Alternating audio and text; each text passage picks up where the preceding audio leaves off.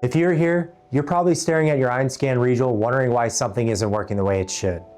Maybe you've got connection issues. Maybe your scans aren't coming out clean. Maybe your software is crashing and you have no idea why. Whatever brought you here, you're in the right place. Hello everyone, I'm Steven with Umax, and in this video, I'm going to walk you through the most common issues we see with the EinScan Rigil, what's causing them, and how to fix it. Let's get into it. This one issue we definitely saw come up a lot on troubleshooting forums, and that is dealing with incorrect software. The EinScan Rigil has its own dedicated software called EinScan Rigil.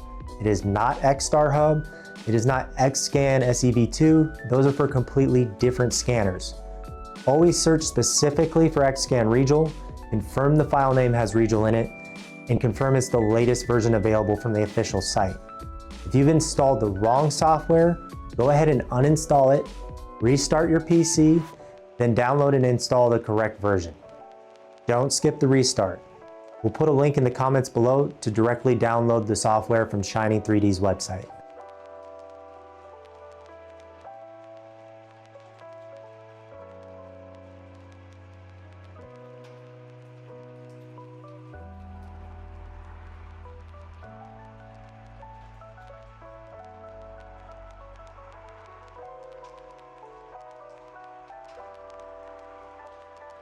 So you just unboxed your Rigil, power it on, and immediately it's asking for you to create an account. This is Shining3D's passport system. It is mandatory. You need a phone number or email, and the scanner needs internet access to activate. You only have to do this step once. Once activated, the scanner remembers your login info. If you're on a network that blocks device registrations, use your phone as a mobile hotspot, activate it, then switch back to your normal network. Here's a quick tip. SMS verification is faster than email. If you don't get that email in a few minutes, go ahead and switch to SMS. If EinScan Rigil crashes on launch, throws you a scan server error, or you get a completely blank live view, your antivirus is a very common cause. Add EinScan Rigil as a trusted exclusion. In Windows Security, go to Virus and Threat Protection, click on Manage Settings, scroll down to Exclusions, and add the entire EinScan Rigil installation folder.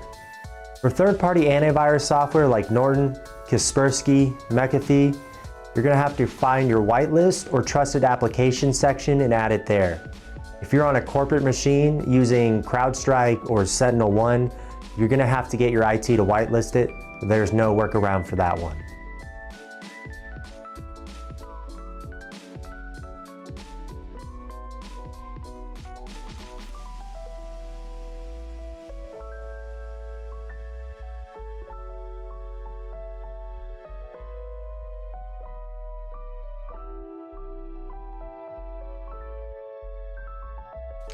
Another thing to check if your EinScan Rigil software crashes on launch is if there is a port conflict. It is possible that something on your PC is occupying the port that the software needs. In order to fix this, open the command prompt as administrator, type in NETSTAT space -AON space FINDSTR space 1883. Press enter. If you see a result, note the last number on that row. That's the process identifier, or PID. Next, open Windows Task Manager, go to the Details tab, find that PID, and end the task. Then go ahead and relaunch your EinScan Rigil software.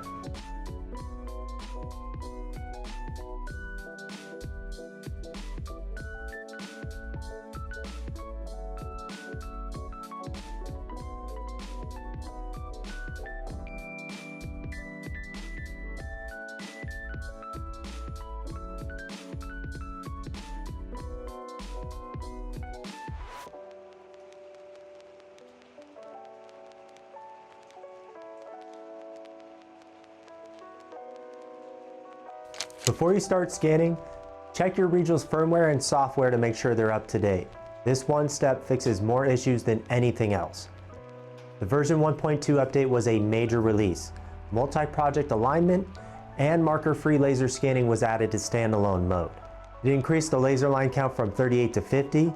The The marker-free laser scanning efficiency in PC mode increased by 250%. If you're not on version 1.2 or later, you may be dealing with issues that were already fixed.